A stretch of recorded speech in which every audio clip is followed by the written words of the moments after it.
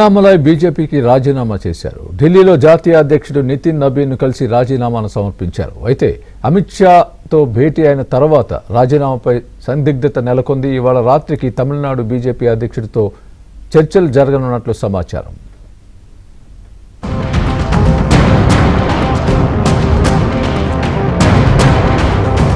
తమిళనాడు రాజకీయాల్లో కీలక పరిణామం చోటు చేసుకుంది.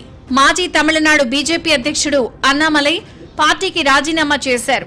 ఈ మేరకు పార్టీ జాతీయ అధ్యక్షుడు నితిన్ నబీన్ కు తన రాజీనామా లేఖను సమర్పించినట్లు తెలుస్తోంది. పార్టీ తరపున రాజ్యసభ సభ్యత్వం ఆఫర్ చేసినప్పటికీ ఆయన దానిని తిరస్కరించినట్లు రాజకీయ వర్గాలు చెబుతున్నాయి. రాజీనామా తర్వాత నేరుగా కేంద్ర హోంమంత్రి అమిత్ షాతో అన్నామలై సమావేశమయ్యారు. రాజీనామాపై మరోసారి పునరాలోచన చేయాలని కోరినట్లు సమాచారం. అన్నామలై రాజీనామా వ్యవహారం ఇప్పుడు బీజేపీలో చర్చనీయాంశంగా మారింది. అన్నామలై త్వరలో సొంత రాజకీయ పార్టీని ప్రకటించే అవకాశం ఉందని ప్రచారం మరింత ఊపందుకుంది. 2011 కర్ణాటక కేడర్ ఐపీఎస్ గా పలు ప్రాంతాల్లో విధులు నిర్వహించారు అన్నామలై. ఐపీఎస్ గా పనిచేసిన సమయంలో కన్నడ సింగంగా పేరు సంపాదించుకున్నారు. ఆ తర్వాత రాజకీయాల్లో రావాలని ఆశతో 2019లో ఐపీఎస్ ఉద్యోగానికి రాజీనామా చేశారు. కొద్ది కాలం తర్వాత బీజేపీలో చేరారు. అనతి కాలంలో పార్టీపై పట్టు సాధించిన అన్నామలై పార్టీని ముందుకు తీసుకెళ్లారు. 2021లో తమిళనాడు బీజేపీ రాష్ట్ర అధ్యక్షుడిగా బాధ్యతలు స్వీకరించిన తర్వాత అన్నామలై అప్పటి అధికార డీఎంకే ప్రభుత్వాన్ని ప్రశ్నిస్తూ అనేక సమావేశాలు నిర్వహించారు. తమిళ నేల, తమిళ ప్రజల పేరుతో పాదయాత్ర చేసిన అన్నామలై డీఎంకే ప్రభుత్వంలో అవినీతి జరుగుతోంది అంటూ తీవ్ర విమర్శలు గుప్పించారు. అన్నామలై విమర్శల ధాటికి అప్పట్లో స్టాలిన్ సర్కార్ పరువు నష్టం దావా వేసింది. పార్లమెంట్ ఎన్నికల్లో బీజేపీకి ఓటు శాతం పెరిగేలా చేశారు.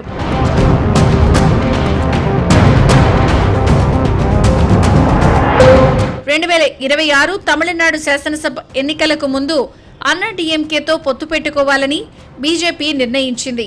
ఆ సమయంలో అన్నా డీఎంకే నేత పళనిస్వామి ఒత్తిడితో అన్నామలైని తమిళనాడు బీజేపీ రాష్ట్ర అధ్యక్ష బాధ్యతల నుంచి తప్పించి నైనార్ నాగేంద్రన్ను కొత్త బీజేపీ రాష్ట్ర అధ్యక్షుడిగా నియమించింది అధిష్టానం.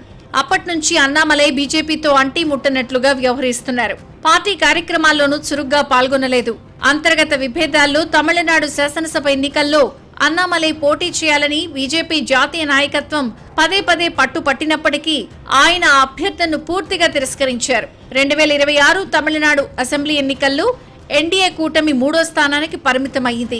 బీజేపీ కేవలం ఒక్క నియోజకవర్గంలో మాత్రమే విజయం సాధించింది.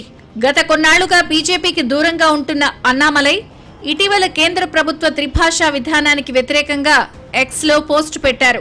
విద్యార్థులపై, ముఖ్యంగా తమిళనాడులో ఉన్న వారిపై మానసిక ఒత్తిడిని నివారించేందుకు తక్షణం త్రిభాషా విధానం నోటిఫికేషన్ను రద్దు చేయాలని కేంద్ర విద్యాశాఖ మంత్రిని కోరారు. బీజేపీలో ఇమడటం కష్టంగా ఉందనే అసంతృప్తితో అన్నామలై ఉన్నారు అనే ఊహాగానాలకు ఈ పోస్టు ఊతమిచ్చినట్టు చెప్తున్నారు. జూన్ 4వ తేదీన అన్నామలై పుట్టినరోజు సందర్భంగా కోయంబత్తూరులో ఒక్కసారిగా ఫ్లెక్సీలు కలకలం రేపాయి. అన్నామలై కొత్త పార్టీ పెడుతున్నారని, అంతేకాకుండా పొలిటికల్ 2.0 అంటూ పోస్టర్లు దర్శనమిచ్చాయి. తమిళనాడులో కొత్త పార్టీ రాబోతోందని కాంగ్రెస్ ఎంపీ కార్తీ చిదంబర్ సైతం ఎక్స్ వేదికగా పోస్టు చేయడంతో మరింత చర్చకు దారితీసింది.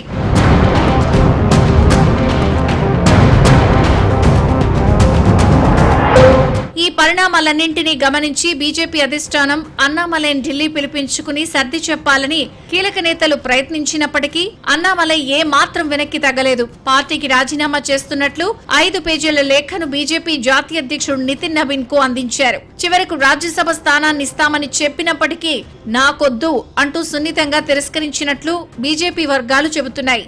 తాజా పరిణామాల నేపథ్యంలో అన్నామలై త్వరలో కొత్త పార్టీ పెట్టనున్నారు అంటూ తమిళ పత్రికలు కథనాలు ప్రచురించాయి.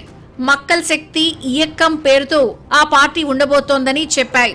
చేసిన అన్నామలై ఢిల్లీ నుంచి నేరుగా కోయంబత్తూరుకు చేరుకుని గురువారం నాడు కొత్త పార్టీ పేరును ప్రకటన చేస్తారని అన్నామలై అభిమానులు చెబుతున్నారు.